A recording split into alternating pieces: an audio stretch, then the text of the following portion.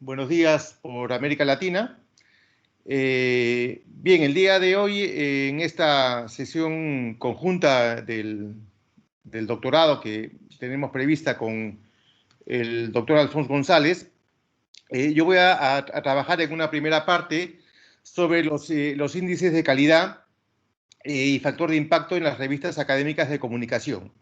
Es decir, voy a intentar hacer una primera aproximación al mundo de las revistas, por qué es importante publicar y, bueno, conocer un poco cuáles son las principales características y los elementos que se usan para medir el impacto y cómo poder después, más adelante, tener algunos criterios e indicadores útiles para poder decidir en qué revistas podíamos publicar nuestras investigaciones y nuestra investigación general vinculada con la tesis. La idea es que la sesión dure más o menos 1 hora y cuarto, 1 hora y media. Sí, 1 hora y cuarto intentaré llevarla a cabo. Y bueno, cualquier duda y cualquier cuestión que hubiera en el camino, pues aún cuando estemos en esta modalidad Teams, que no es precisamente muy directa para conocer las impresiones de los participantes, pues estoy a vuestra disposición para cualquier duda. Bien, ¿qué es lo que vamos a revisar en esta sesión? Primero, los objetivos son básicamente tres.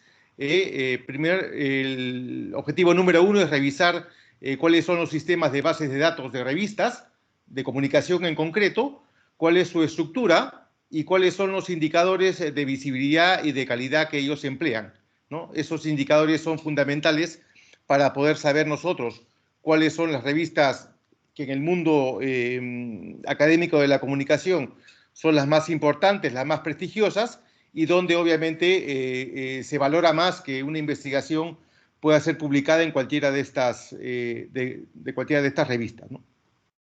También vamos a intentar conocer cuáles son los criterios de calidad que utilizan los sistemas de evaluación de revistas, cuál es el concepto básico del factor de impacto y de las citas, que se utiliza también mucho como elemento clave para medir justamente esta calidad.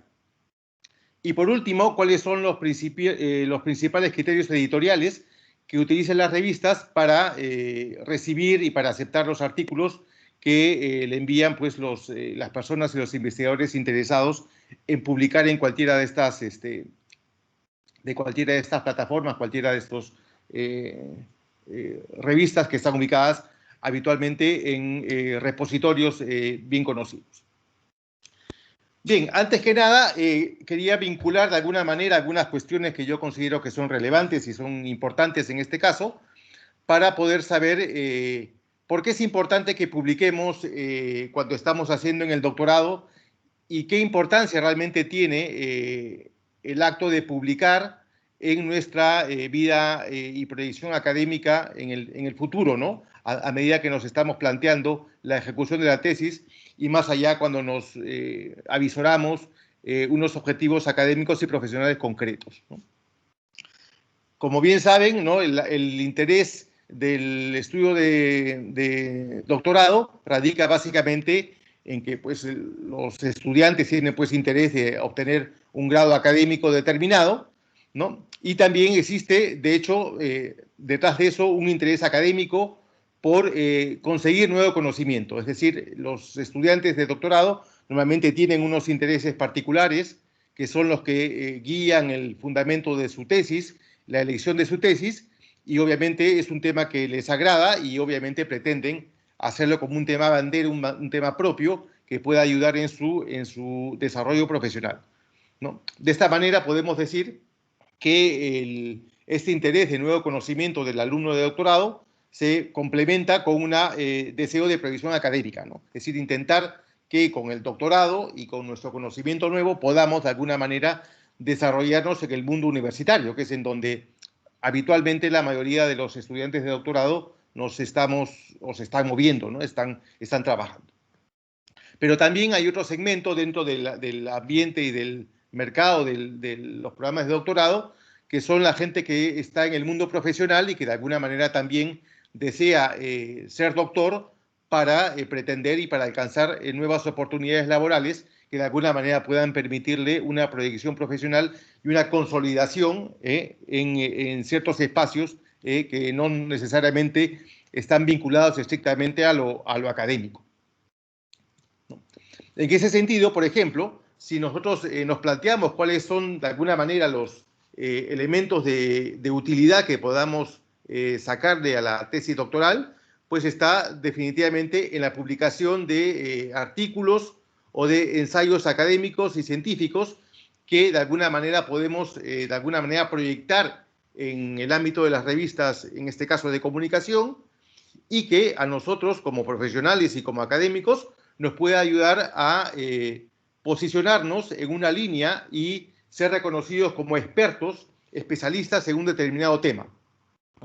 Porque claro, la tesis en sí misma lo que consigue es básicamente que profundizamos en un tema y nos convertimos en unos expertos y conocedores sobre un tema determinado, ¿no?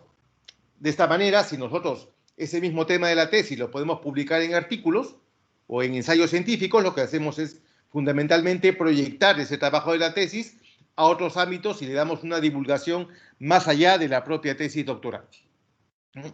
Y no solamente esa puede ser el gran aliciente, el gran incentivo que pueden encontrar los estudiantes, sino que también, de hecho, en la carrera académica, en la carrera universitaria, pues definitivamente todas las aportaciones a nivel de publicaciones que realizan los profesores universitarios tienen un reconocimiento a nivel de la universidad, que son lo que llamamos los méritos académicos de investigación, ¿no? Esos méritos académicos de investigación lo que nos ayudan es, por ejemplo, a recibir una serie de complementos y de reconocimiento económico, también un posicionamiento para poder alcanzar otras categorías profesionales en la academia y también para poder conseguir más fácilmente proyectos financiados, ¿no? Los proyectos financiados que dan los organismos públicos normalmente se otorgan a los profesionales que tienen ya un recorrido académico, es decir, que ya han publicado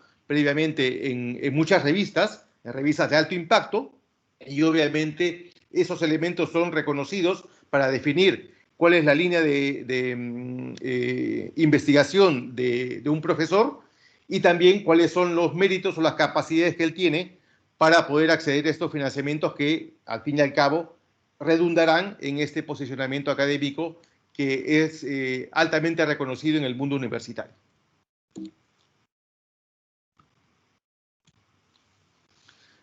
Por ejemplo, si vemos de forma un poco rápida, en la carrera universitaria la investigación se está reconociendo aquí, como por ejemplo, que para un profesor consolidado pueda acceder a una categoría de permanente, debe tener como mínimo 10 papers de alto impacto publicados en su carrera académica.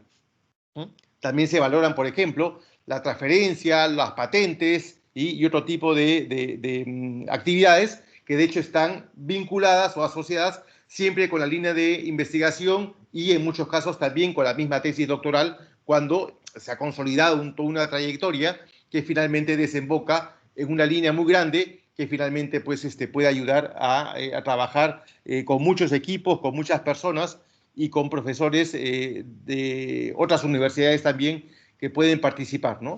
O sea, de esa manera, no solamente la visibilidad o el prestigio de este investigador, digamos, contribuye a su consolidación dentro de un ámbito universitario, sino también en una vinculación más allá de la universidad hacia una concreción, hacia una proyección social, ¿no? Por ejemplo, cuando produce patentes o hace una transferencia de una investigación que de alguna manera también tiene una aplicación en el entorno social inmediato, ¿no? de nuestro fase circundante a nuestro trabajo estrictamente universitario. Igualmente, en el ámbito profesional, por ejemplo, la investigación también es altamente reconocida como un factor de imagen, ¿no? Es decir, yo ser doctor y ser investigador especialista en un campo determinado, consolida mi imagen profesional en el mundo de la empresa, consolida mi currículum, ¿no? Afina mi perfil profesional y también, de hecho, me puede permitir a mí tener un conocimiento mucho más claro y más diáfano para poder presentar y desarrollar nuevos proyectos que puedan también contribuir al desarrollo y a la mejora de la empresa en la cual yo estoy trabajando. Es decir, no solamente está la cuestión constreñida al ámbito estrictamente académico, en donde mayormente los investigadores nos estamos formando y nos estamos desarrollando a nivel profesional, sino también en el mundo empresarial, que de hecho juega con otros elementos, con otros indicadores, pero que finalmente el hecho que se haga investigación también puede ayudar y puede ser un elemento, un factor interesante para el desarrollo profesional de los investigadores que están haciendo un trabajo de doctorado. Bien, y dentro de esto, ¿qué cosa es importante aquí, ¿no? Digamos, básicamente esa introducción nos sirve para llevar la importancia de que como investigadores tenemos que saber muy bien en dónde podemos conseguir la información necesaria para poder hacer una buena búsqueda de literatura académica referida a nuestra tesis, ¿no? Para intentar que el corpus teórico de nuestra tesis, que siempre se exige, que sea muy sólido, que tenga una alta cantidad de referencias y de citaciones en español y en inglés, pueda ser útil, sino que también es importante para que nosotros podamos saber en qué lugares podemos orientar o podemos proyectar nuestro trabajo de investigación, es decir, a dónde podemos publicar para tener una mayor eficacia en nuestra tarea de proyectar esa investigación y para poco a poco tener pues una cantidad de papers importante que nos puedan ayudar, de hecho, a configurar, como repito, ¿no?, este perfil investigador y esta trayectoria que es fundamental para la consolidación en el mundo universitario. Existen para eso diferentes bases de datos y repositorios de revistas, que son básicamente sistemas de almacenamiento de publicaciones para el contenido científico-técnico, ¿no? Básicamente son repositorios que se organizan por ámbitos temáticos, es decir, por lo que en la ciencia se conoce como el área de conocimiento, es decir, el sector, el universo de las ciencias sociales, por ejemplo, que es el caso que nos atañe como un doctorado de publicidad y relaciones públicas, ¿no? Ubica también las investigaciones por países y me puede permitir a mí saber cuáles son las principales revistas que se mueven en los principales rankings que se configuran, que se construyen para definir, según unos indicadores y criterios, cuáles son el ranking, el valor, ¿no?, la importancia o el peso que tiene una revista dentro del mundo académico y dentro del reconocimiento que normalmente intentan obtener, ¿no? Por tanto, en términos prácticos, ¿no?, conocer sobre las revistas nos sirve tanto para hacer una búsqueda de literatura, como recurso para saber en dónde podemos nosotros publicar un artículo que esté de hecho relacionado con nuestra tesis o con nuestro tema de investigación. Es decir, lo que intentamos es saber cuál es el mecanismo para proyectar esta investigación y cómo debemos darle esa forma necesaria como artículo, que es diferente obviamente a al formato tesis, para que se pueda publicar con éxito en alguna revista.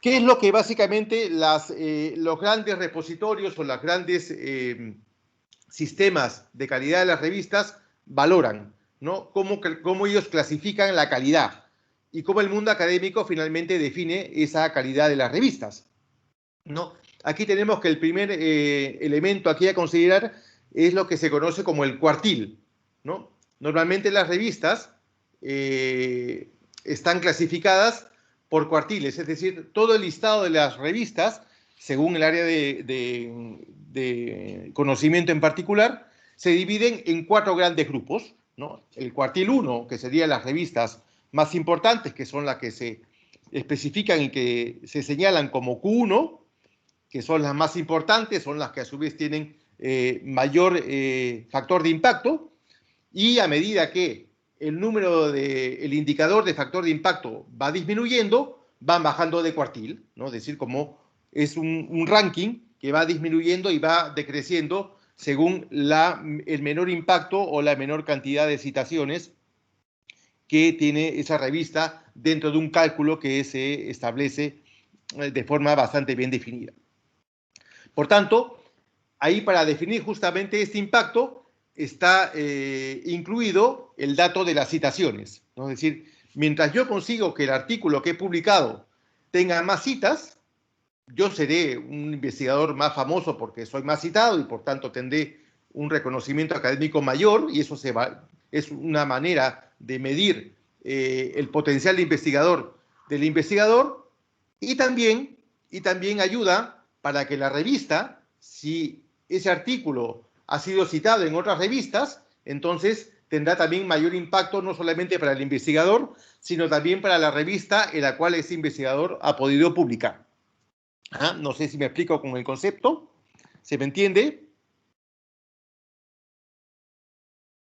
¿Sí? Sí. ¿Sí? ¿Una duda, alguna pregunta, por favor? ¿Hasta aquí?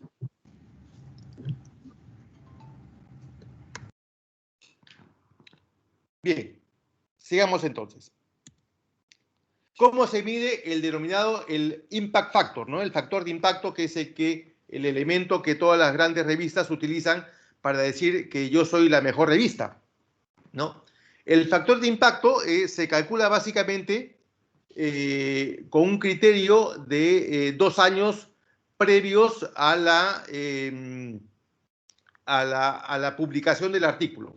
Es decir, el 2020, una revista mide el factor de impacto del 2020 según la cantidad de citaciones que han tenido sus artículos en los 2 años anteriores. Entonces, básicamente se aplica una división. Es decir, como vemos aquí en el punto A, el número de veces en que los artículos publicados en esta revista entre el periodo 2018-2019 han sido citados por publicaciones a las que se le da el seguimiento ese año que se efectúe el estudio, el año 2020. Entonces, de ese número de artículos publicados por el número total de artículos publicados por la revista en el año 2018-2019. Entonces, de la división, el 2020 sale de la división de A con B, ¿no? Entonces, de esta manera, nosotros podemos saber, a partir de ese artículo, del número total de artículos publicados por la revista en general en los 2 años anteriores.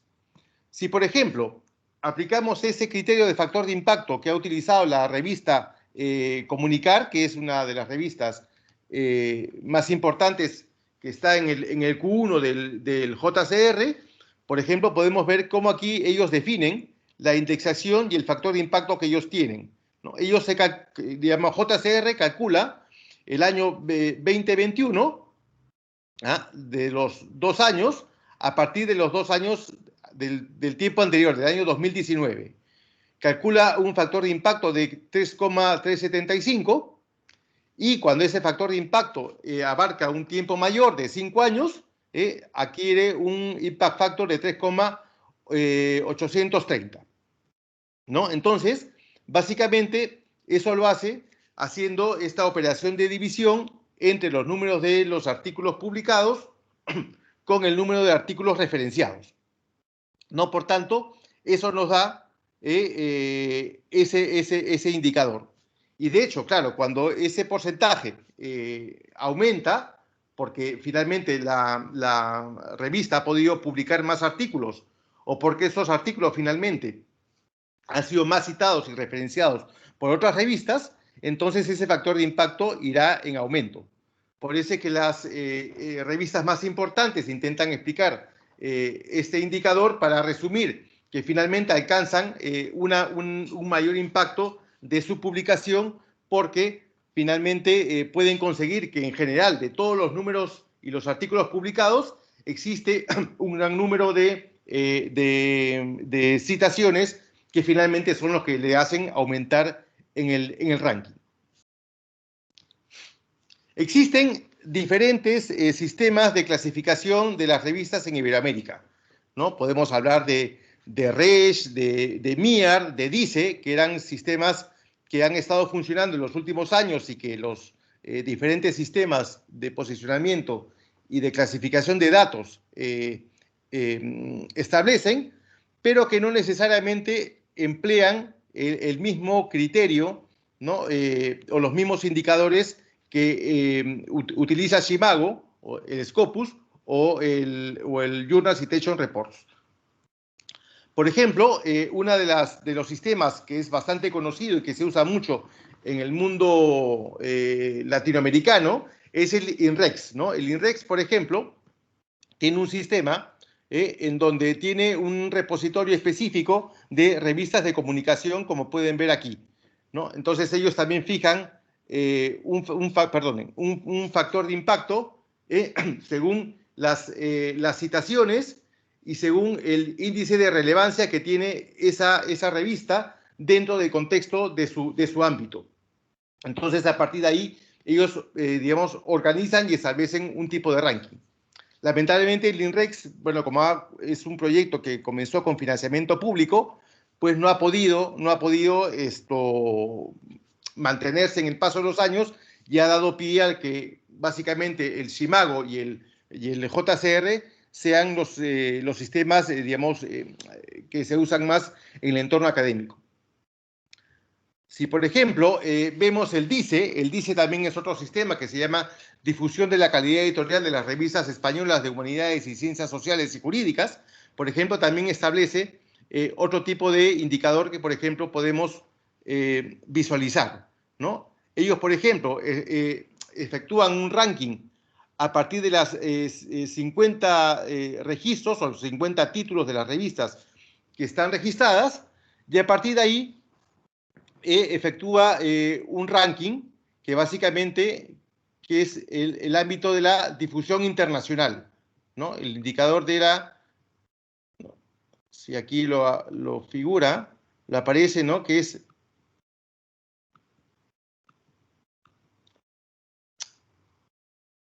un indicador básicamente de la difusión, es decir, de la proyección que tiene la revista en el entorno académico de su área de conocimiento.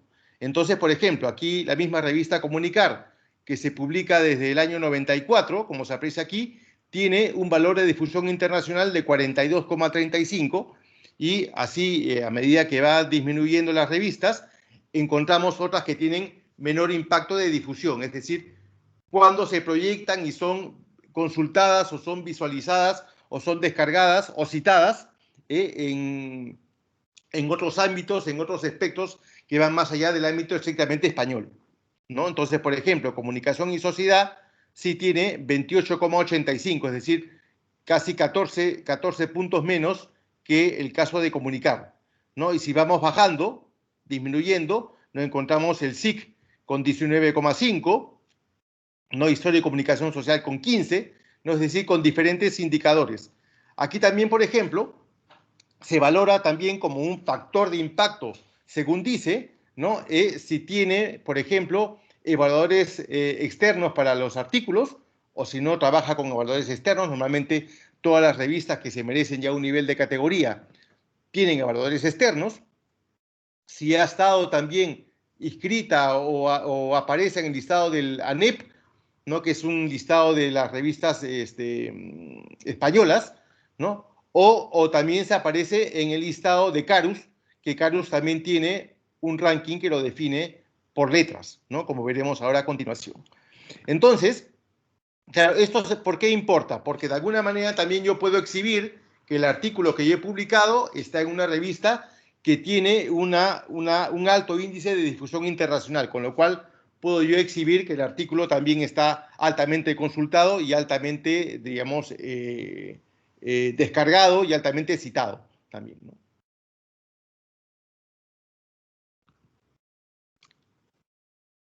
Otro sistema de repositorios es el Carus, ¿no? El Carus Plus, que también funciona de alguna manera estableciendo un nivel jerárquico en las publicaciones.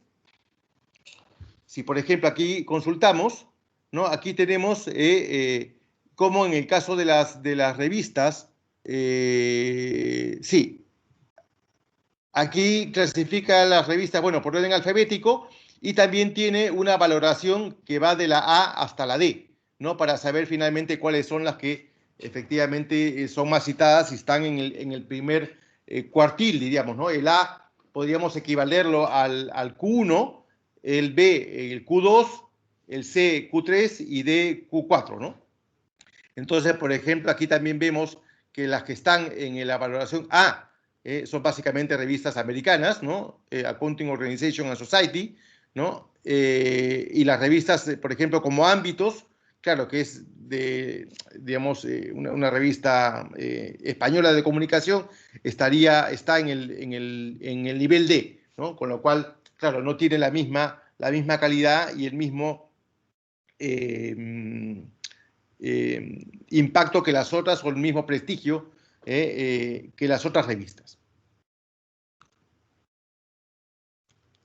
¿Cuáles son las que realmente más interesan o las que realmente en el doctorado uno debería intentar o pretender publicar más? Bueno, de hecho son las grandes repositorios como es el Scopus, el Shimago Journal Ranks, ¿no? Que es el que agrupa a las revistas más importantes del mundo, y el Journal Citation Reports, ¿no? Son los dos grandes rankings internacionales que se usan, de hecho, para baremar el impacto de las publicaciones. Por ejemplo, aquí lo que he hecho es un pantallazo de las revistas del ámbito de comunicación. Si podemos visualizar, ¿no? Aquí el sistema del Shimago permite, por ejemplo, si en el caso nuestro lo que deseamos es buscar las revistas, lo podemos hacer obviamente según filtros de áreas, de ámbitos de conocimiento, en este caso comunicación, y aquí de todas las regiones. Entonces, el último reporte, el último listado que tiene Shimago es del 2019, lo que está por lo menos visible en la página web, y a partir de aquí me aparece el factor de impacto de las revistas. Entonces, por ejemplo, la revista número 1 es Political Communication, que tiene 3,434 de factor de impacto, ¿no? Y que indica cuántos documentos, cuántos papers tiene un índice H, que son los artículos con más de 10 citas, de 77, total de documentos en los últimos 3 años, ¿no? Total de referencias, total de citaciones en los últimos 3 años, y los datos que me permiten saber cómo esa revista ha ido, por ejemplo, evolucionando o cambiando su posicionamiento en el ranking. No tiene, por ejemplo, acá información sobre la página. Yo puedo visitar, por ejemplo, la página concreta de la revista, pero aquí me va apareciendo, por ejemplo, cuál es la evolución que ha tenido esta publicación en los últimos años. Por ejemplo, es importante saber que esta revista está rankeada tanto en el ámbito de comunicación como el ámbito de sociología y ciencia política. En los dos es cuartil 1, y aquí vemos, por ejemplo, cómo ha ido evolucionando. Bueno, no evolucionando, porque aquí siempre se ha mantenido Q1 desde el año 99 hasta el 19, si os fijáis, ¿no? O sea, hay básicamente 2 datos por año, porque el ranking se va actualizando cada 6 meses, pero es una revista que se ha mantenido siempre en el Q1. Entonces aquí tenemos, por ejemplo, cómo va esa tendencia del ranking de la revista en los últimos años, ¿no? Las citaciones por documento también, cómo ha ido avanzando, porque de hecho en los últimos años ha habido mayor interés en que la gente vaya publicando y se valora más el número de citaciones, con lo cual se incentiva más a que se publiquen revistas que después son altamente citadas, porque eso redunda en beneficio de la propia revista, porque de hecho si tiene indicadores más altos, ¿no? En los 2 últimos años, si se fijan aquí, 6.509 citaciones en 2 años, ¿no? Y esto ha ido bajando respecto de lo que había antes en el 2014, visto siempre 2 años atrás, 1.423 citas. Entonces, esa es información que nos puede ser útil para saber, de hecho, cuál es la revista en donde nosotros podemos visualizar que puede ser interesante por su impacto. Pero claro, ya de hecho, para saber exactamente si se ajusta, si se alinea con la temática que nosotros estamos trabajando, entonces ya estos indicadores no nos sirven de mucho más que para saber si realmente es una buena o no es una buena revista. Entonces ya tenemos que hacer otro tipo de profundización y de búsqueda más acotada y más concreta para entrar efectivamente a los números y explorar exactamente qué es lo que, cuáles son los temas preferentes que tiene esa revista, ¿no? Para saber si efectivamente lo que estamos trabajando puede encajar de una mejor manera o simplemente no tenga mayor recorrido y tengamos que buscar definitivamente alguna otra revista para poder saber si es más adecuado o no publicar. ¿Alguna pregunta hasta aquí, por favor? ¿Alguna duda? Hasta aquí todo claro. ¿Sí? Fernando, no, yo solo tenía una cosa y es que bueno, que no, el factor de impacto, ¿vale? Para saber cuándo se considera uno como interesante, pero bueno, tengo la sensación de que o sea, excepto estos que son 3 y pico, pero decir, es 3 y pico y 3 y pico es bueno, pero había en otra clasificación era 5 y pico y en otro era... O sea, que parece que cada clasificación hace sus propios factores de impacto, ¿no? Sí, sí, exactamente. Es decir, lo más importante y lo que se suele referenciar al momento que, por ejemplo, yo quiero, digamos, sacar a relucir el paper que he publicado, por decirlo de una manera mucho más silvestre, es básicamente indicar en qué cuartil está la revista, ¿no? ¿Qué es lo que importa? Si está en el cuartil 1 o cuartil 2 de los grandes repositorios. Si el artículo no ha sido publicado y no está considerado ni en el Scopus ni en el JCR, y tengo que hacer valer DICE o otro repositorio, entonces tendré que usar cuál es el indicador más visible que de alguna manera pueda ser más elocuente de calidad, ¿no? Si fuera así, si fuera Carus, digamos, podemos poner que es Carus nivel A, nivel B o nivel C, que eso también de alguna manera es un elemento de filtro. Y si no, claro, teníamos que recurrir a otras cosas, pues por ejemplo, con el número de citas que puede tener el paper o el impacto o la visibilidad internacional externa que puede tener con DICE. Lo que pasa es que el de DICE ya es un sistema que está un poco desactualizado, digamos, no se ha renovado y por tanto no está aportando datos recientes, ¿no? O por ejemplo, si vamos al caso más básico, es en el Latindex, que es el repositorio latino que digamos, es más popular y más conocido, aunque no es propiamente un sistema que mide impacto. Por ejemplo, el Latindex tiene un criterio, un número, porque finalmente lo que hay que exhibir son números, que se llama criterios Latindex cumplidos, ¿no? Que son cuando los criterios editoriales de la revista son más rigurosos. Entonces, Latindex fija un listado de 36 indicadores, entonces pues uno puede poner que de los papers que, digamos, esa revista tiene los 36 indicadores cumplidos de Latindex, ¿no? Pero para concretar, yo sería más de la idea de intentar primero que la revista esté en los repositorios grandes y poder básicamente exhibir en qué cuartil está ese paper, que es finalmente lo que más me va a ayudar para saber que realmente es un paper importante, ¿no? No solamente por el paper, sino por la revista en la cual está publicado, ¿no? Vale, gracias. Gracias. Yo tengo una pregunta, Fernando.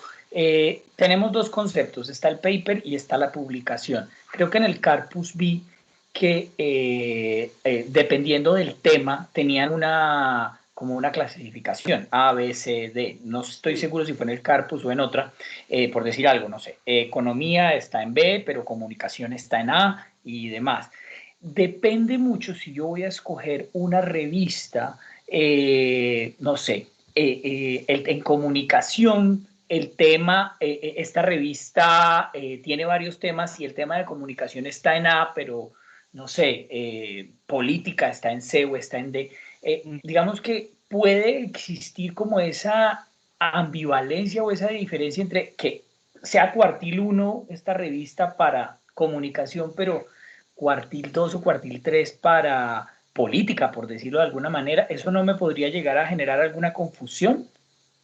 Bueno, a ver, claro, hay que ver finalmente en dónde, claro, es verdad, ¿no? Primero, para comenzar, hay muchas revistas que están en dos áreas de conocimiento, ¿no? Por ejemplo, eso suele ser muy común en revistas de comunicación con revistas de sociología o revistas de estudios culturales, ¿no? Entonces, a veces está marcado incluso hasta 3, ¿no? Puede tener según Scopus, ¿no?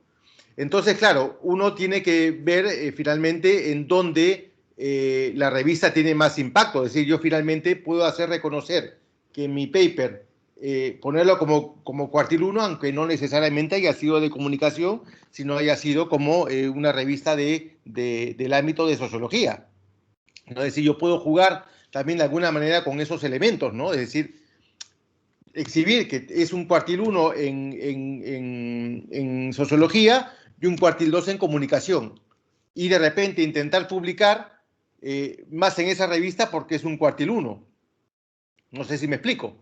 Entonces yo puedo jugar independientemente, bueno, ningún conflicto ocurre porque finalmente tú reseñarás o indicarás que esa revista, la que tenga mayor factor de impacto es la que finalmente mencionarás, ¿no? En la base de datos en donde esté mejor colocada, no la que esté peor. Vale, no, sí, claro. Solo que me confundí un poco que vi que una revista tenía alrededor de 4 calificaciones. Entonces, eso me pudo llegar a confundir ahí. No. Básicamente por eso. En el caso de Carus, claro, podía estar normalmente está en un solo paquete de las áreas, ¿no? Pero a veces puede pasar en el Scopus. Si, por ejemplo, si miramos, por ejemplo, ¿no? A ver, creo que podemos mirar quizá en otra revista, en Big Data Society, por ejemplo, ¿no? Este es una Q1 y probablemente está, no, aquí, claro, por ejemplo, está igual en comunicación, ciencias aplicadas de la computación, information systems, o sea, aquí está en 5 áreas distintas, en todas es Q1, pero puede darse el caso de que de repente en unas es Q1 y en otra Q2 o Q3, y puede cambiar. Pero normalmente cuando son top, suelen ser tops en las 2 líneas en las que están, ¿no? Lo que pasa es que eso permite a que de repente, según los investigadores o según los temas, puede encajar un tema más comunicativo como el que trabajamos nosotros, como un tema más de ciencia de la información o de computación, que es un tema que ya se aleja un poco más de lo que trabajamos nosotros, ¿no? Pero de hecho sí, eso suele ocurrir y a veces también hay que mirar que entrando, digamos, haciendo una búsqueda por, no necesariamente por comunicación, sino por sociología, repito, estudios culturales o incluso ciencias de la información, podamos también encontrar otro tipo de publicaciones en donde de repente el tema nuestro es un tema que puede tener cabida, ¿no? Porque a veces los temas a veces los trabajamos también en áreas fronterizas, ¿no? Digamos, si es una cosa también que tiene que ver con marketing, entonces podemos ir a revistas de marketing o revistas de management o de economía o de public relations que también pueda tener conexión con otros ámbitos, ¿no? Entonces, claro, ahí la cosa es más interesante porque podemos encontrar revistas que sean de alguna manera un poco más politemáticas, ¿no? Y ser receptivas para diferentes tipos de papers y no otras que son tan especializadas en donde si no es ese tema en concreto, pues lo que hacemos no tiene ninguna opción de que se publique, ¿no? Vale, gracias. Bien. Entonces, bueno, aquí este ranking, ¿no? Como habíamos comentado, claro, podemos analizarlo desde diferentes partes, ¿no? Obviamente la intención, el objetivo final sería pues llegar a publicar en una Q1, pero de hecho pues eso es altamente complicado, ¿no? Obviamente tampoco voy a decirles que, claro, estando en primer año o segundo año de la tesis, pues ya es seguro que van a publicar ahí. Es bastante complicado, pero de alguna manera es importante que se vayan familiarizando con los criterios y con digamos, con los indicadores que estas revistas manejan y que son bastante variados, ¿no? Entonces ahí está lo interesante, por lo cual yo creo muy oportuno pues que hagamos un buceo, ¿no? Intentar entrar y revisar revista por revista, ámbito por ámbito, para ver realmente en dónde podemos encontrar el nicho más adecuado, o 2 o 3, 4 revistas en donde pueda ser pertinente publicar, ¿no? Para que no tengamos tampoco, digamos, tengamos más probabilidad de éxito en la publicación de la revista o del paper, ¿no? ¿No? Entonces, mira, si se fijan aquí, claro, aquí las que están en el Q1, claro, si por ejemplo vemos aquí, lo invertimos y nos salga desde el Q4, ¿no? ¿Cuáles son las de...? O si filtramos, por ejemplo, por país, ¿no? Y aquí entramos por país y entramos, por ejemplo, a las revistas de España, ¿no? Vean cómo se reduce la búsqueda, ¿no?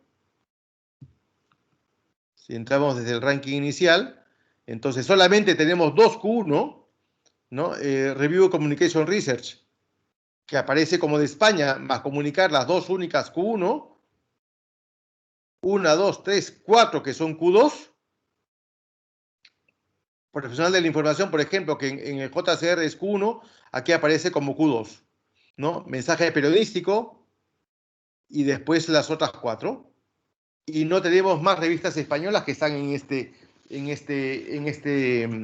digamos, en este listado, ¿no? Entonces ya tenemos que hacer búsquedas más amplias, ¿no? Porque si, claro, si yo quiero publicar en español, entonces, claro, las revistas en inglés son una limitación. Obviamente siempre es más preferible, hay más mercado y más posibilidades de publicar en revistas en habla inglesa, evidentemente, ¿no? Pero si queremos ir a otras, pues ya vemos que la franja y el mercado es bastante más limitado, ¿no? Entonces tenemos que hacer ya la búsqueda individualmente de cada revista para saber cuáles son sus ámbitos temáticos y sus criterios editoriales, para saber cómo tenemos que adecuar lo que vamos haciendo, ¿no?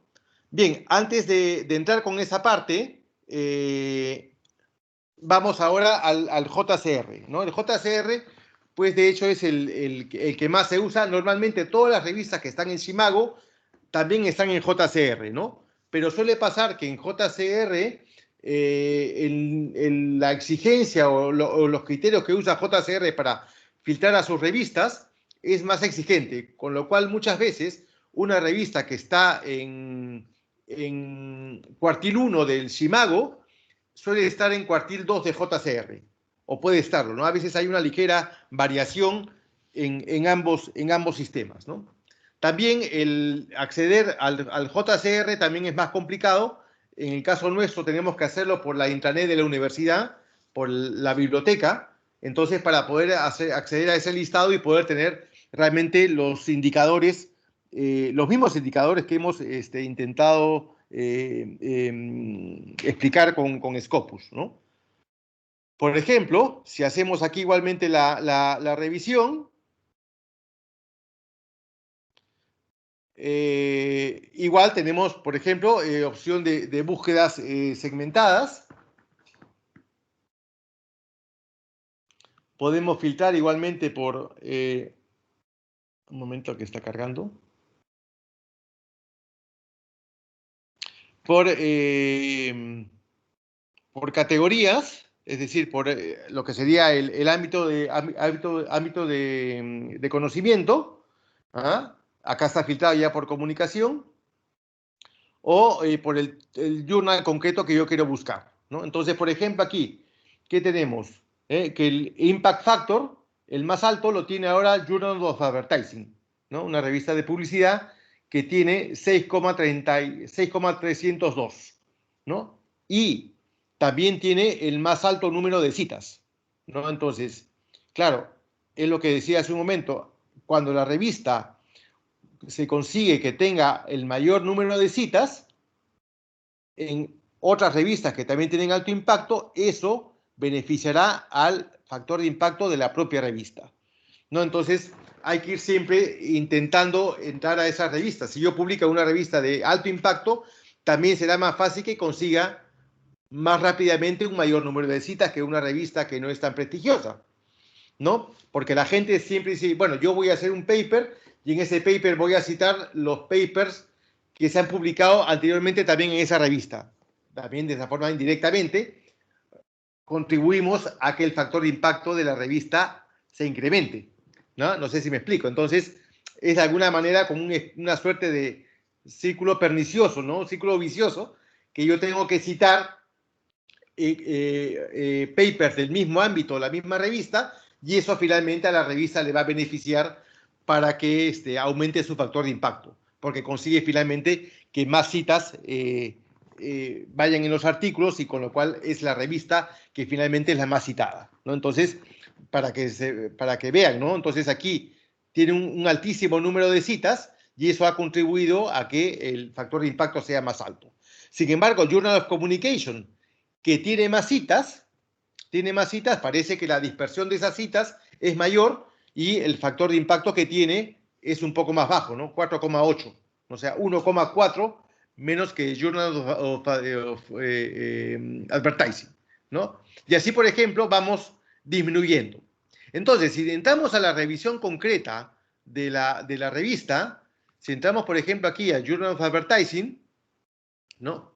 Igualmente me aparecerá cuáles son, sí, aquí me aparecerá, por ejemplo, igualmente los datos, cómo han ido evolucionando los datos de la revista, ¿no? Por ejemplo, aquí, cómo ha ido mejorando en el ranking, ¿no? El impacto de la revista, cómo ha sido el año 2015, ¿no? Con 1,7 y pico, 2016 aumenta, 2017 prácticamente se mantiene igual, 2018 incrementa y el 2019 tiene una subida espectacular, ¿no?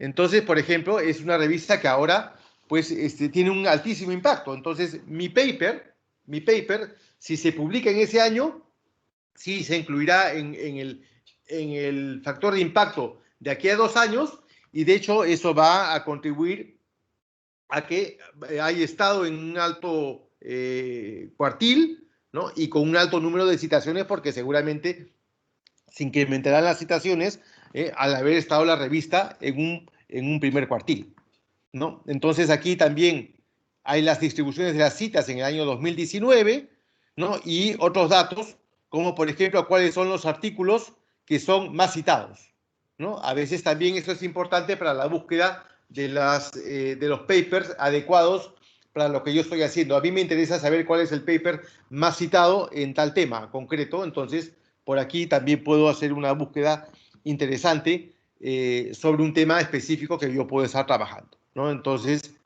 aquí está el número de citas totales con el número de citas específicas del paper, que es lo que finalmente da el impact factor, ¿no? La división esta que yo comentaba, ¿no? 397 citas en los 2 años con el número de citas del año 2017 comparadas con el año anterior, ¿no? Entonces es lo que finalmente me da este factor de impacto.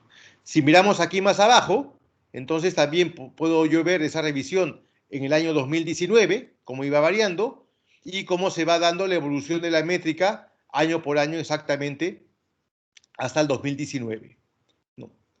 Después, por ejemplo, aquí más abajo puedo ver yo cómo está hecha la distribución de las citaciones, ¿no? o de los papers por países, de qué países suelen publicar más en esa revista, entonces tendré ya un muestreo mucho más preciso, ¿no? Para saber si de repente los papers de universidades belgas, bueno, aquí son las americanas y las holandesas las que tienen, por ejemplo, más, digamos, más papers publicados, porque claro, en Holanda la Universidad de Ámsterdam tiene un departamento de publicidad que es muy potente y por tanto, por ejemplo, seguramente eso ha contribuido a que tengan más citas, ¿no? Entonces, Bélgica, Corea, ¿no? Y ahí va disminuyendo según los países, ¿no? Después también yo puedo saber, según las universidades, cuáles son los centros que más publican, ¿no? Y aquí lo que había dicho, ¿no? Sin haberlo visto, ¿no? Como la Universidad de Ámsterdam ha publicado 7 papers, ¿no? En esta revista. Entonces también puedes saber un poco cómo va, de alguna manera, la tendencia, ¿no? Para saber si, por ejemplo, hay universidades españolas que pueden haber publicado y de repente si han publicado también puede ser útil porque ya hay un referente previo de que han publicado en esa revista, o no, o si no han publicado, pues puede ser interesante para que también vayan aumentando su distribución de papers y de universidades por países, porque también importa a la misma revista tener siempre una amplia gama de universidades que estén representadas y que también publiquen, porque la expansión de la revista se da también según los países en los cuales esa revista ha publicado y también que podrán ser consultados por esos países. No sé si me explico. Entonces, pues aquí tenemos todos los datos. Después aquí está, por ejemplo, el ranking, ¿no? Cómo ha ido ese ranking en los últimos años, ¿no? Si podrán ver, en el 2018 estaba en el Q2 y ahora ha pasado a Q1, ¿no? Es decir, recién es el primer año en que la revista está en Q1, porque del 15 al 18 había estado siempre en el Q2, ¿no? Miren, con percentiles bastante más bajos, ¿no? De 71, 69, 74, es decir, no se movía del cuartil 2 hasta que con esta gran cantidad de artículos y citas que recibió recientemente, pues la ha catapultado al número 1. Bien, ¿cuáles son las revistas que nosotros podemos elegir y cuáles son las contribuciones concretas que las revistas piden para aceptar en sus diferentes números, ¿no? Hay básicamente dos tipos de contribuciones que son las que reciben las revistas académicas. A veces hay algunas en las cuales también puede haber algún tipo de variación, pero fundamentalmente todas las revistas académicas, tanto de el mundo hispanoparlante como de habla inglesa o de otras lenguas, se estructuran sus números, sus artículos, sus publicaciones, siguiendo dos tipos de publicaciones. Una es el artículo de investigación científica, que es el artículo riguroso, ¿no? En lo que podría ser, llamámosle, el resumen de la tesis, o una síntesis o una parte de una investigación de tesis, o bien el artículo de ensayo, ¿no? Que el artículo de ensayo, de alguna manera, es una aproximación más breve, pero que también puede ser acogida en la revista y que tiene también un sistema un poco distinto de procesamiento de revisión. El ensayo, por ejemplo, ¿qué podemos nosotros proyectar de nuestra tesis como un artículo de ensayo? ¿No? Como ustedes bien saben, sobre todo los estudiantes que están en primer año del doctorado, pues están principalmente centrados en trabajar en los estados de la cuestión, en marcos teóricos, en intentar revisar cuáles pueden ser los grandes paradigmas teóricos que pueden soportar la investigación empírica que van a hacer en la tesis, ¿no? Yo creo que en líneas generales eso es lo que están trabajando y lo que los directores pues intentan orientar para centrar, para acotar, como bien decimos, las investigaciones. Pues bien, todo ese trabajo ya puede tener un nivel de publicación en un paper como un artículo de ensayo e inclusive también como un artículo de investigación. Pero los artículos que corresponden a revisiones, a lo que se llama el estado del arte, ¿no? El estado de la cuestión, ¿no? Puede ser ya publicado como un artículo de ensayo. Aquí, ¿qué cosas podemos básicamente incluir? ¿No? Primero, por ejemplo, una revisión de las teorías, de los modelos, de los paradigmas que están vinculados con un tema específico, con el tema que yo concretamente estoy trabajando en mi tesis. Por tanto, si es un tema que, si bien el trabajo que yo estoy haciendo es un trabajo innovador, puede partir de otros antecedentes que sí sean investigaciones más consolidadas, ¿no? Ya saben que el conocimiento va evolucionando en el tiempo, va adquiriendo una forma, un recorrido, y ese recorrido, pues obviamente, parte del trabajo y las aportaciones de otros investigadores que en su momento pues han lanzado teorías que han estado validadas y que han estado utilizadas en otras investigaciones. Con lo cual, si yo quiero plantear un artículo de ensayo que de alguna manera pueda revisar y sobre todo hacer una revisión crítica, ¿no? Analítica sobre esas teorías, pues perfectamente eso lo podemos insertar en un artículo de ensayo, que podría ser, por ejemplo, la primera opción de publicación que podríamos plantearnos cuando estamos en los primeros años, sobre todo, del estudio del doctorado. ¿Qué otra cosa podríamos plantearnos también dentro de la tipología del ensayo? Las revisiones metodológicas, ¿no? Por ejemplo, si igualmente sobre un tema X que yo estoy trabajando, mi tema de tesis, pues también existen diferentes metodologías que de alguna manera han intentado explicar ese fenómeno y han intentado dar algún tipo de solución, y esas metodologías se han aplicado en diferentes estudios. Entonces yo igualmente puedo plantearme una revisión de las metodologías vinculadas con este tema. Y ahora veremos, por ejemplo, un caso en donde básicamente un paper en una gran revista ha constituido una revisión de metodologías. También, si estamos trabajando estudios preliminares, estudios de usuarios, estudios de caso, que de alguna manera también son una parte de antecedente de nuestra investigación de tesis, que de hecho se plantearía de una manera más compleja y más completa, pues también esos estudios preliminares también ya pueden convertirse de alguna manera en una aproximación de ensayo que puede ser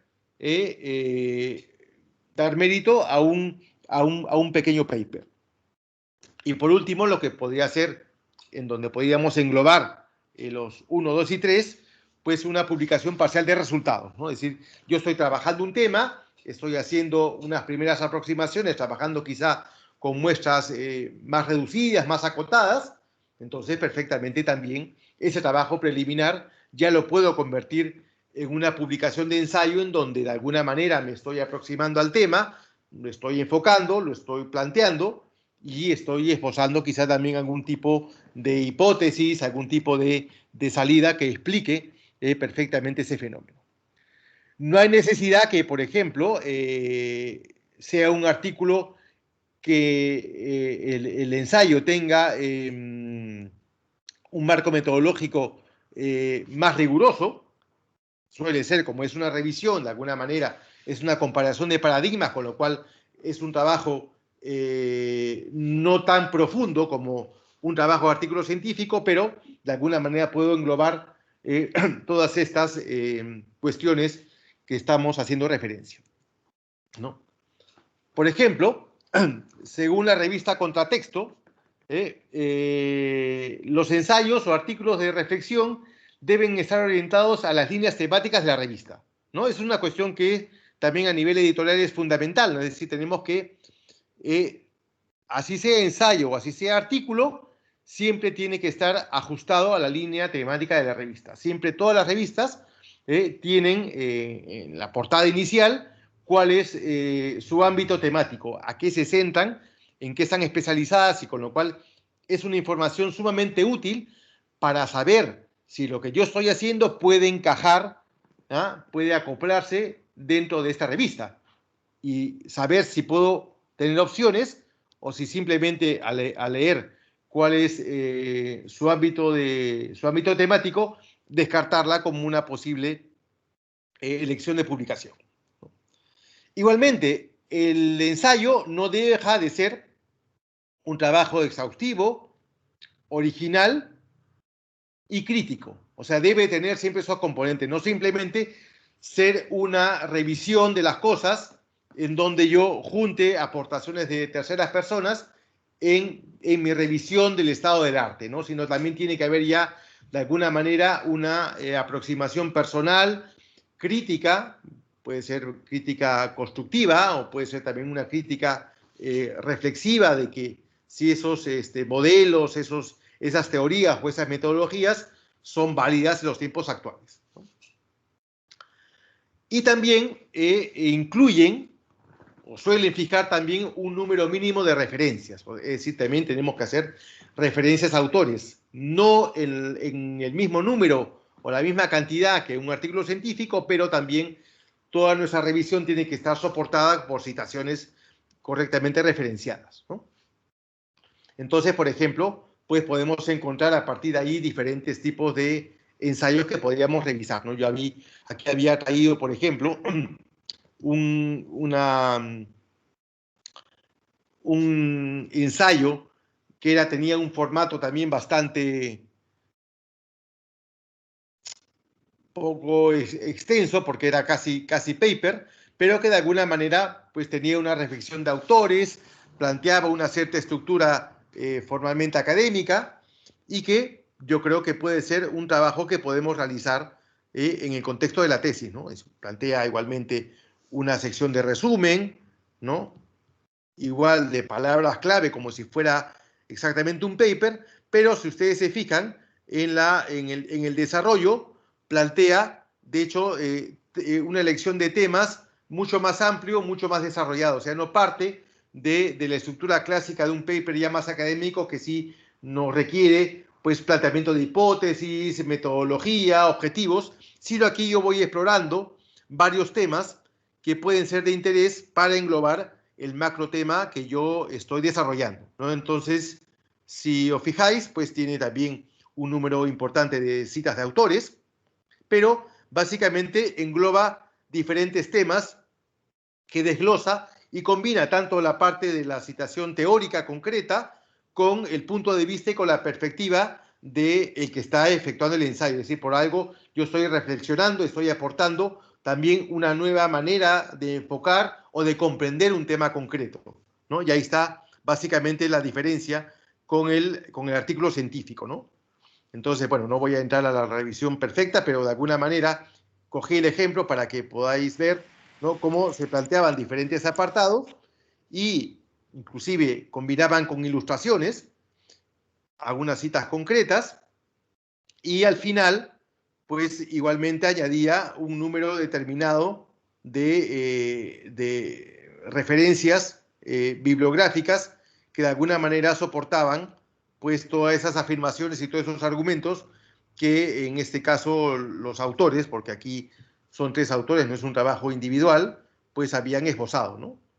Y aquí al final pues se exponen los diferentes temas, y en la parte final pues hay un índice de referencias, ¿no? Aquí hay un número elevado de referencias, pero depende, pues en unos casos puede ser más amplio o puede ser más, digamos, más reducido, ¿no? Según la amplitud o la complejidad y la cantidad de autores que podamos en algún momento citar, ¿no? Fernando, disculpa, Sí. ¿es posible que nos compartas ese link por el chat de ese ejemplo, por favor? Sí, por supuesto. Ahora mismo. Muchas gracias. Fernando, yo tengo una pregunta. Sí, dime. Si vamos a presentar resultados parciales de la investigación, en la metodología es recomendable hacer toda la presentación global de la metodología o solo de la parte que estamos presentando. ¿Cómo es mejor visto? Bueno, lo más recomendable es que la metodología sea de la parte que presentas. Es decir, si hablamos de un trabajo parcial, ¿no? Vamos a suponer que tú haces un estudio cualitativo previo a tu trabajo de tesis, ¿no?, como parte de ese desarrollo. Entonces la metodología tendría que ser acotada al trabajo de campo que vas a presentar. Sí, no puede ser de todo el conjunto de la tesis. Otra cosa sería que después que tú leas la tesis, hagas un paper de toda la tesis. Perfecto, entonces no se nombra, por ejemplo, que es un trabajo mixto, sino que simplemente se nombra como un trabajo cualitativo y se presenta lo cualitativo. Exactamente. Bueno, quizá en la introducción o al final, en las conclusiones tú puedes comentar que, bueno, este es un trabajo acotado, pero que corresponde a una parte de un trabajo más amplio que incluiría estas otras secciones, ¿no? Gracias. Para que también se tenga un poco la visión periférica, ¿no? de qué es lo que estás haciendo. Gracias. Bien, la otra modalidad es el artículo de investigación, ¿no?, que es el que realmente representa el trabajo más complejo y más duro en este trabajo, ¿no? Porque de hecho el ensayo es, pues, como bien he comentado, ¿no?, una primera aproximación, una revisión crítica de otros autores, pero si hablamos de artículo de investigación ya estamos hablando de un trabajo más elaborado, más complejo e inédito, ¿no? Entonces, ahí ya el nivel de aportación o de originalidad que tiene que existir en esta propuesta, de hecho, ya es mucho mayor, ¿no? Por tanto, requiere un trabajo mucho más elaborado, una inversión de mayor cantidad de tiempo para poder conseguir, pues, un resultado óptimo, ¿no? ¿Qué es lo que se pide? Bueno, cada revista también tiene su estructura, tiene sus normas específicas de publicación, y ahí podemos encontrar tantas normas como revistas, ¿no? Pero de manera muy genérica, porque más o menos las revistas mantienen una misma patrón estructural, hablamos que lo que se pide en las indicaciones editoriales es que yo formule un título breve en español e inglés, inclusive algunas revistas fijan un número exacto de palabras de título, ¿no? Que no sea tampoco un título demasiado amplio y con subordinadas y muy complejo, que al final más bien lo que haga es distraer al lector y no invite a leerlo. ¿Mm? Un resumen bilingüe de 600 caracteres, entre 3 y 5 palabras claves, eso ya lo pide el propio sistema, ya me da la opción de coger palabras claves, que es importante incluirlas correctamente, porque la palabra clave representa el elemento para el motor de búsqueda en el Google. Es decir, si yo coloco correctamente la palabra clave de mi paper, entonces habrá más opción a que la gente por lo menos llegue a ver el artículo, ¿no? Lo descubra. Otra cosa es que lo descargue y lo lea, lo consulte y lo cite, pero por lo menos facilitará el proceso de búsqueda de la información, ¿no? Luego, una introducción en donde, pues evidentemente, justifico por qué voy a desarrollar este tema, por qué voy a tratarlo y cuál va a ser la manera como me voy a aproximar a este asunto. Luego, un marco teórico en donde entraré con los paradigmas, los antecedentes previos que hay sobre este tema. La metodología, que sí representa aquí un elemento nuevo respecto del ensayo. Si yo tengo que trabajar, tengo que incluir un trabajo de campo, y ese trabajo de campo tiene que justificarse metodológicamente y con rigor, ¿no? ¿Cuál es la muestra que voy a emplear? ¿Cuál es el caso? ¿Cuál es el diseño del estudio de campo? Si tengo variables, ¿cómo las pienso monitorear esas variables? ¿Cómo las construyo? Es decir, todos los aspectos metodológicos que conciernen al propio trabajo. Y luego, los resultados, si hay datos estadísticos, si hay aproximaciones cualitativas, cuantitativas, números, o simplemente a nivel cualitativo de descripciones, de opiniones o perspectivas, puntos de vista de los participantes en el estudio, pues también hay que exponerlos de forma adecuada, ¿no? Y finalmente un apartado concreto de conclusiones y de referencias de autores citados, ¿no? Todo esto con el correspondiente formato que fije la revista, ¿no? Formato APA, Chicago o cualquier otro que de alguna manera la revista indique, ¿no? La extensión también varía mucho y eso también es interesante porque si bien muchas revistas se mueven entre las 20 páginas o 5.000 a 9.000 palabras, hay algunas que sí efectivamente fijan topes bastante reducidos, ¿no? Con lo cual el paper a veces no es un trabajo de muchas páginas, sino es un trabajo muy conciso y muy breve, ¿no? Lo cual, claro, puede resultar a veces un poco más sencillo, pues yo tengo que escribir menos, pero puede resultar también más complicado porque exige una mayor condensación de la información, ¿no? Y los datos que eliminamos o los que mantenemos, pues hay que decidirlo con mayor cuidado y detenimiento, porque de hecho eso puede influir a que los evaluadores también, digamos, juzguen de forma diferente el trabajo, ¿no? Entonces hay que tener mucho cuidado en ese sentido, ¿no? Es muy recomendable que si ya nosotros escogimos una revista en concreto, miremos cuáles son los otros papers similares al nuestro en cuanto a contenido, en cuanto a estructura, para que esto nos pueda servir como guía, como modelo de cuál puede ser la estructura y cuánta extensión podemos darle a cada uno de los apartados, ¿no? Eso es un sistema que yo empíricamente he ido adoptando en varios de mis trabajos y la verdad que me ha dado más, en algunos casos, ¿no? Más posibilidades de éxito para que el paper fuera aceptado porque ya estaba, digamos, muy pensado la manera como encajaba dentro de esta revista, ¿no? El profesor Alphonse en la siguiente parte profundizará más sobre estos elementos de adecuación, ¿no? Cuestiones importantes, ¿no? Punto número 1. Podemos, por ejemplo, aprovechar cuando la revista convoca un call for papers, ¿no? Un tema monográfico sobre un tema determinado que a lo mejor encaja o tiene mucha relación con el tema que estoy trabajando. Entonces ahí, por ejemplo, hay un elemento de interés que hay que valorar. Podría ser interesante que lo que estoy trabajando encaje más fácilmente en esta revista.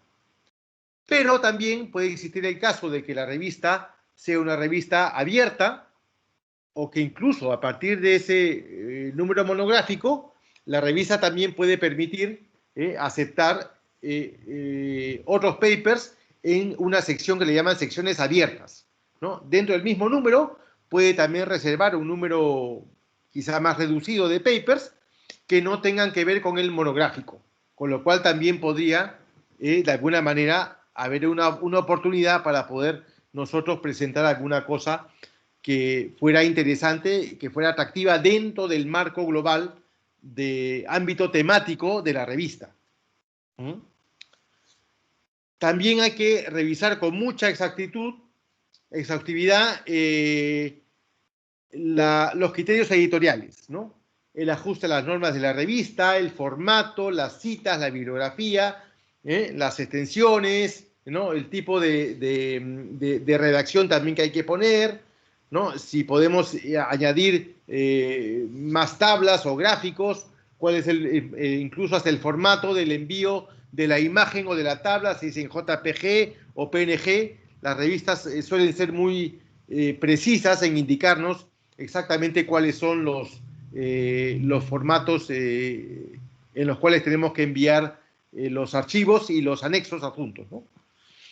Que haya un encaje temático a la línea de la revista. Esto es fundamental, ¿no? Tenemos que siempre intentar buscar en dónde la revista, enviar a dónde la revista ya haya trabajado este tipo de temas, ¿no? Intentar buscar estas conexiones para que podamos tener ya un antecedente y, por ejemplo, también podamos citar papers de la misma revista, y esto puede ser un elemento también que pueda facilitar también el proceso de aceptación, ¿no? Porque ya esa revista suele abordar, suele incluir este tipo de temas tal cual yo estoy trabajando y puede ser más fácil también poderlo colocar.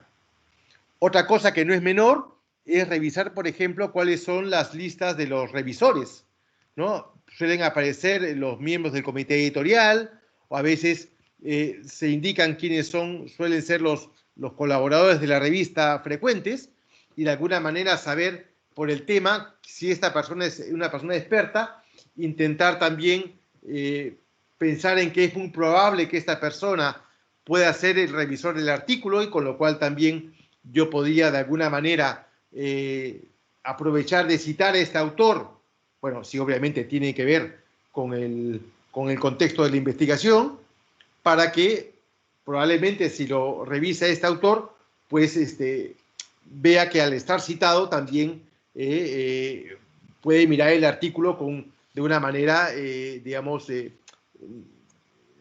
totalmente objetiva y transparente, ¿no? Y con aportaciones que pueden ser también más útiles para nosotros, incluso en el caso de que el artículo sea rechazado, ¿no?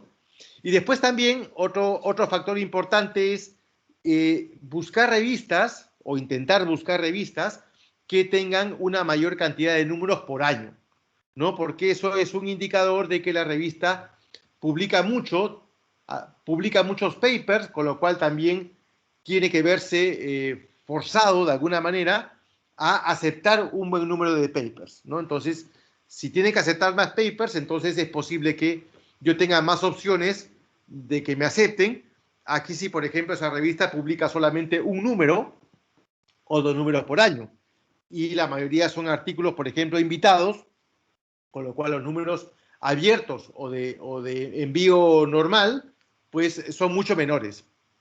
Eso dificultaría bastante más el proceso de revisión y las posibilidades reales de que el artículo pueda finalmente publicarse.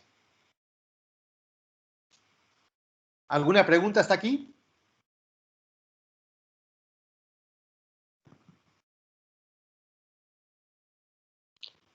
No. ¿No? Bien. Algunas cosas importantes, ¿no? Para ver este recorrido, ¿no? Cuando nosotros decidimos, ya hemos escogido la revista porque se ajusta a nuestro ámbito temático, nuestro trabajo parcial de tesis puede encajar en tal publicación. Entonces, bueno, procedemos a hacer el envío a través de la plataforma, que es como normalmente se suele hacer. Aunque aún hay varias revistas que todavía siguen recibiendo el paper por el correo electrónico del editor, ¿no? Y no utilizan las plataformas que permiten, pues, insertar y revisar el artículo con más cuidado. Si se fijan, aquí hay un diagrama bastante claro para poder explicar el proceso que hemos de seguir, ¿no? Y que la misma editorial pues se marca para poder aceptar o no el artículo, ¿no?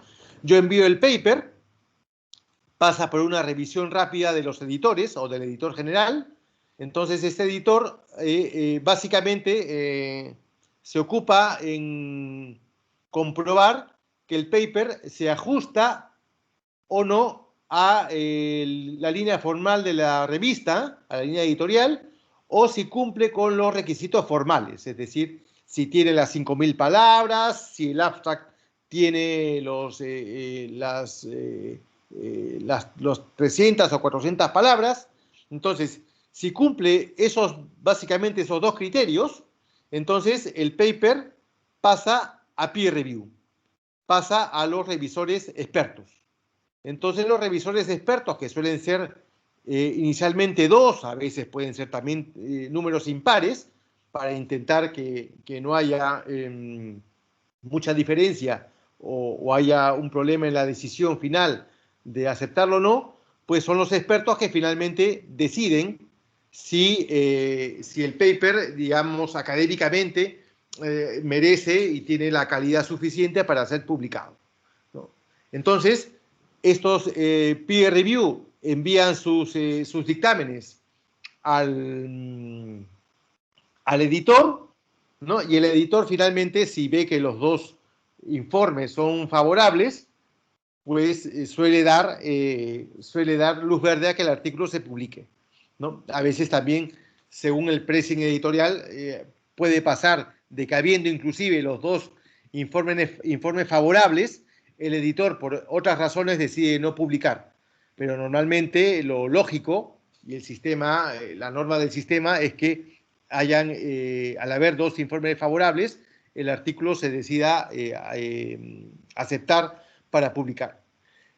En el caso que, por ejemplo, hubieran un informe favorable y el otro negativo, entonces en ese caso el editor puede decidir enviarlo a un tercer revisor dirimente o aceptar o rechazar según el volumen de peticiones y según la adecuación del paper a la revista, porque a partir de esa revisión el editor puede plantearse nuevamente una apreciación de que si el paper realmente se ajusta a esos parámetros, ¿no?, que había revisado inicialmente, pero lo hace en una segunda revisión luego de tener los informes de los revisores externos.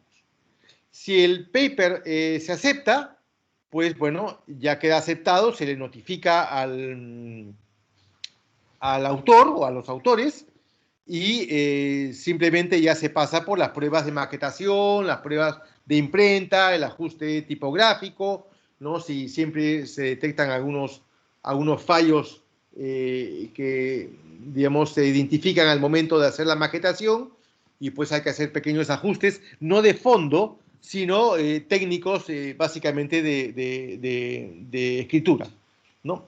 Y si ya, ya queda finalmente validadas esas pruebas, el paper pues se publica online y luego se publica en versión impresa, ¿no? Generalmente las revistas suelen tener siempre las dos plataformas o las dos modalidades para poder enviar los papers, ¿no? Y al final, claro, ya tenemos la consignación de que el paper está, el número está indicado con su fecha, con su página y con su identificador de DOI, ¿no? Para poderlo citar y poderlo ubicar exactamente de forma telemática, ¿no? Entonces, estos elementos son importantes saberlos porque puede ocurrir que una revista que tenga mucha demanda, los procesos de revisión por editor y revisiones de pares ciegos suelen dilatarse mucho, ¿no? Hay revistas que lo hacen, fijan tiempos límites de un mes para los revisores, pero otras revistas como, bueno, son generalmente colaboraciones que no son pagadas para los expertos, entonces hay casos en donde esa etapa de revisión externa dura muchos meses, ¿no? Inclusive puede durar hasta un año, ¿no? Cuando pues hay mucha demanda y los revisores también tienen, pues, de hecho, otras ocupaciones que impiden que lo puedan hacer esto tan rápidamente, ¿no? Pero bueno, eso también va, a veces, puede ir cambiando, ¿no? Entonces aquí, por eso tenemos aquí hasta un año que puede tardar el proceso, ¿no?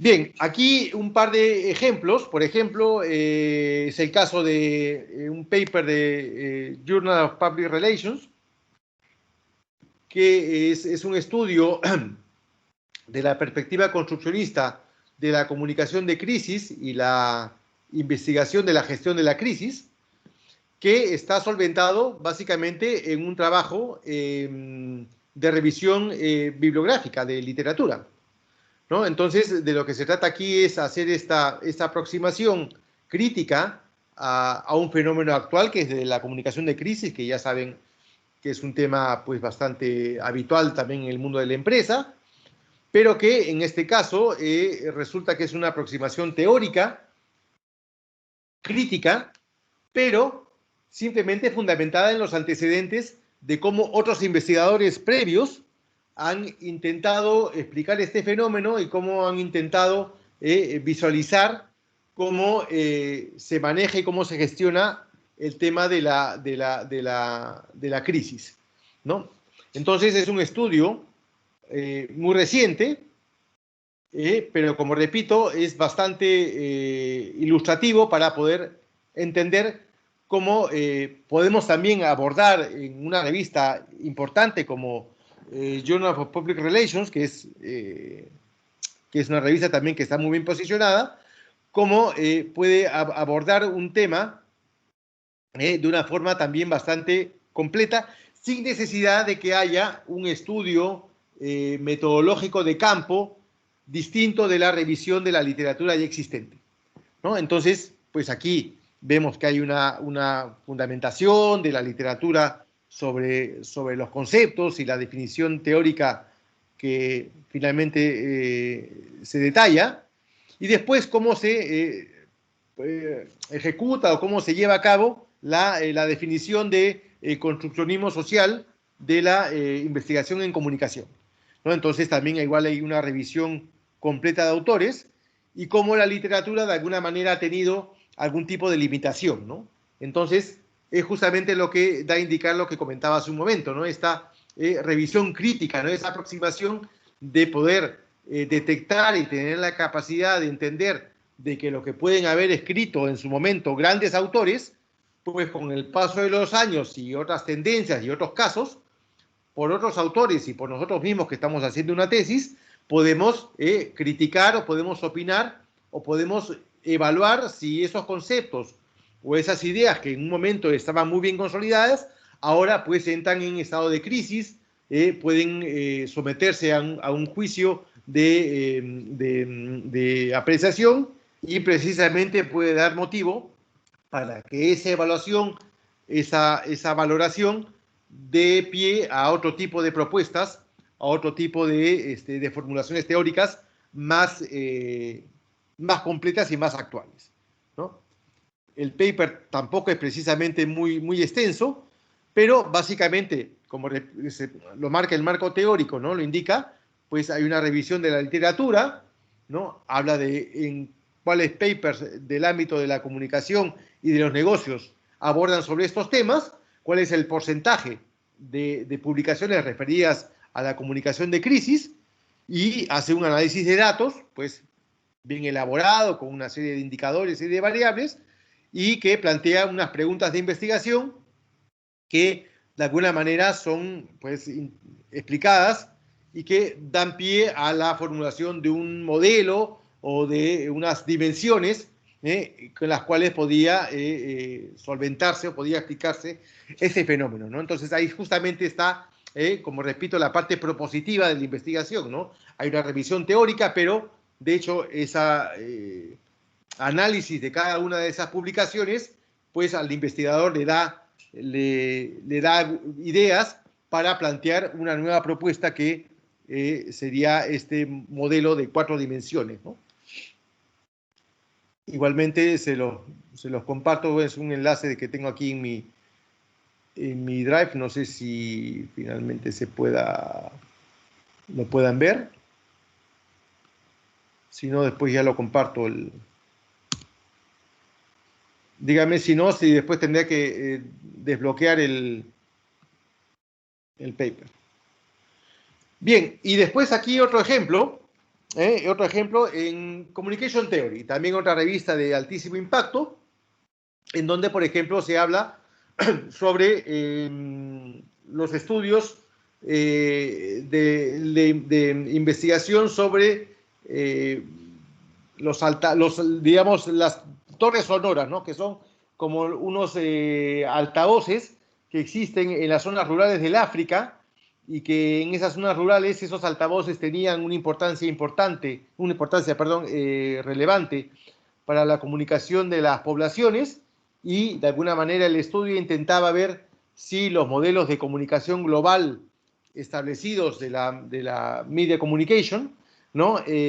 Son válidas para entender fenómenos locales y marginales, como es este caso, ¿no? Entonces, aquí los investigadores plantean un estudio de una revisión teórica sobre ese tipo de comunicación sonora, y establecen una recogida de datos a partir de entrevistas a las personas que de alguna manera en esas poblaciones tenían contacto o escuchaban esas emisiones sonoras, ¿no? Que no son propiamente radio, sino con un megáfono que daba información útil para los pobladores. Entonces aquí, pues también es otro caso también interesante, en donde a partir de entrevistas en profundidad, ¿no? Existe la posibilidad de elaborar un paper que también sea, digamos, altamente original, porque plantea un tema que no es común, pero con una fundamentación bien realizada, pues estudia un estudio bimodal, cualitativo y cuantitativo, a partir de método de la entrevista. Entonces, bueno, aquí explica exactamente cómo llevan a cabo cada una de las fases, y formula unas conclusiones que de alguna manera son interesantes y son evidentes, y algunos hallazgos que de alguna manera pretenden pues, explicar este fenómeno concreto, ¿no? La estructura igual incluye los datos de las entrevistas y las opiniones de las personas que fueron entrevistadas en su momento, y cómo está pauteada también la elección de las preguntas y concretas, y cómo de alguna manera se hacía la combinación de los resultados para cada uno de los casos. Bueno, una discusión y una revisión también de otros ejemplos concretos. Fernando, disculpa, ¿podrías darnos el permiso? Porque el que nos compartiste está bloqueado, requiere permiso. Ya. Sí. Ahora lo hago un momento, ¿ah? Vale, Bien. gracias. Entonces, bueno, ya el ejemplo ya lo podrán ver con más calma, no quiero extenderme porque ya también estamos un poco en la hora de Alphonse. Básicamente, para redondear y para concluir, quería explicar un poco cómo iba el sistema para el envío de los papers, ¿no? Y cómo, en un caso concreto de una revista como Cuadernos.info, que ahora está en el Q2 del Scopus, ¿no? Cómo plantean, por ejemplo, los temas generales en los números monográficos y cómo ellos podemos saber quién es el equipo editorial, cuáles son los investigadores que de alguna manera están vinculados a la revista. Los datos sobre la revista, por ejemplo, el enfoque y alcance para poder entender y detectar si realmente lo que estamos haciendo tiene de alguna manera utilidad e interés para esta publicación, o si no, simplemente descartar. Esta revista es una revista interesante y que es bastante amplia. Yo creo que aquí pueden entrar de alguna manera trabajos bastante variados, ¿no? Las indexaciones, bueno, saber pues, que está bien en Scopus, ¿no? En Etsy, en DOAJ, bueno, en diferentes sistemas. Y aquí está la parte pues, del envía a tu artículo, ¿no? Que es el procedimiento en donde yo puedo saber cuáles son los requisitos formales que pide la revista y lo que hay que medir con mucho detenimiento, ¿no? Cuáles son las directrices para los autores. Y aquí están pues, los números de página, si acepta español, inglés o portugués, ¿no? La extensión mínima de 3.500 palabras a máximo 7.000, o sea, tiene una horquilla bastante amplia, formato APA, ¿no? Las identidades, los datos, la estructura y todos los elementos formales que de alguna manera hay que incluir, ¿no? En ese caso hay que revisarlo con detenimiento, pues para saber realmente que al momento que estamos enviando, pues cumple con ese requisito formal y el editor pues no tendría formalmente por ámbito temático ni por el formato del archivo tener opción de que lo rechace, ¿no? Entonces eso ya es un primer elemento para ya después dejar en manos de los parecidos, ¿no?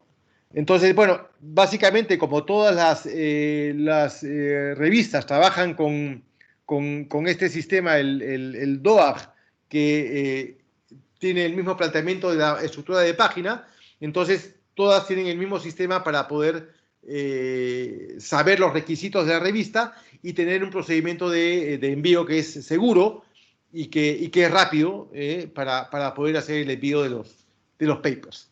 Entonces, bueno, ya el enlace es cuadernos.info, podrán revisar y pues si finalmente hay alguna duda o una otra cuestión adicional, pues ya podrían preguntarme, ¿no? Por mí, hasta este punto, no sé si tienen alguna duda, alguna consulta que quisieran formular antes de darle paso a Alphonse, que ya está esperando entrar. Yo tengo una pregunta, Fernando. Entiendo que si envías un paper a una revista y no te lo aceptan, sí, lo puedes readaptar y enviárselo a otra, ¿no? Evidentemente, claro. Sí. Si es un artículo inédito, pues lo que no puedes hacer es enviarlo simultáneamente a dos revistas. Vale. Sí, ya imagino. Sí. Gracias. De nada. ¿Alguna otra pregunta? Sí, una pregunta más por tu experiencia, Fernando. Supongamos que yo quiero muchísimo que mi artículo esté publicado en una revista. Esta revista estuvo en revisión 1, dijeron que bien, revisión 2 no le gustó, el editor toma la decisión que por volumen no puede publicar mi artículo. No sé, digamos que yo estoy muy interesado, ¿qué posibilidades hay de que entonces a la siguiente época pueda volverlo a enviar? Si es recomendable, no es recomendable, o más bien tomo la decisión y cambio de revista y busco otra. Claro, en el proceso de la revisión, claro, hay varias opciones, ¿no? De que la revisión, eso no lo había incluido en la explicación, pero también es importante, ¿no? Es decir, Cuando el artículo se acepta, puede aceptarse sin cambios, ¿no? Es decir, tal cual los ha enviado se publica, cosa que es obviamente un caso muy poco probable, ¿no? Con cambios menores o con cambios importantes, ¿no? Entonces, cuando hablamos de cambios menores, hablamos de a veces incluir alguna otra referencia, abordar quizá algún otro aspecto que no haya estado adecuadamente explicado. Y si hablamos de cambios mayores, entonces ya estamos hablando de una reestructuración de la metodología o un cambio ya importante a nivel de marco teórico, ¿no? Cosa que eso tampoco se puede modificar de manera tan fácil por el autor, ¿no? Porque de alguna manera tú has hecho un planteamiento y es difícil que lo puedas, pues, cambiar simplemente para que te lo acepten, ¿no? Pero bueno, son básicamente las tres opciones que hay. Y la cuarta es ya simplemente que el artículo pues no se acepta y te lo devuelven. Si te lo devuelven, normalmente ya no puedes volverlo a enviar, ¿no? Ya no se puede volver a enviar a la misma revista porque ya pasar otra vez el mismo proceso, ya no, el editor va a ver que era lo mismo de la vez pasada y por tanto no. Entonces tendrías que pensar en otra revista a la cual pudieras enviar para ver si finalmente pues hay mejor suerte, ¿no? Pero normalmente no, salvo que sea, como te digo, cambios menores que sí los puedes solventar te dan 15 días para hacerlo y lo corriges y ya normalmente te dicen que ya está aceptado con esos cambios. Ok, gracias. ¿Alguna cosa más?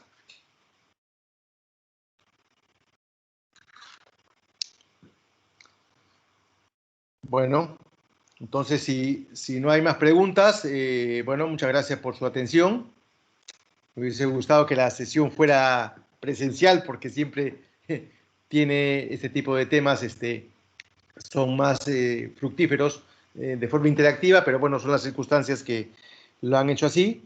Les agradezco su atención. Ya le pasaré a David el PPT y liberaré el link. Y bueno, si igual más adelante surgiera alguna duda, alguna cuestión que preguntar, pues no tienen más que enviarme pues un correo electrónico, fernando.morales.uab.cat o .es, y tan cuanto pueda les contestaré con la máxima amplitud sus dudas. ¿Ah? Pues muchas gracias y dejo 10 minutos tarde al profesor González para que continúe con su parte de la sesión. Gracias.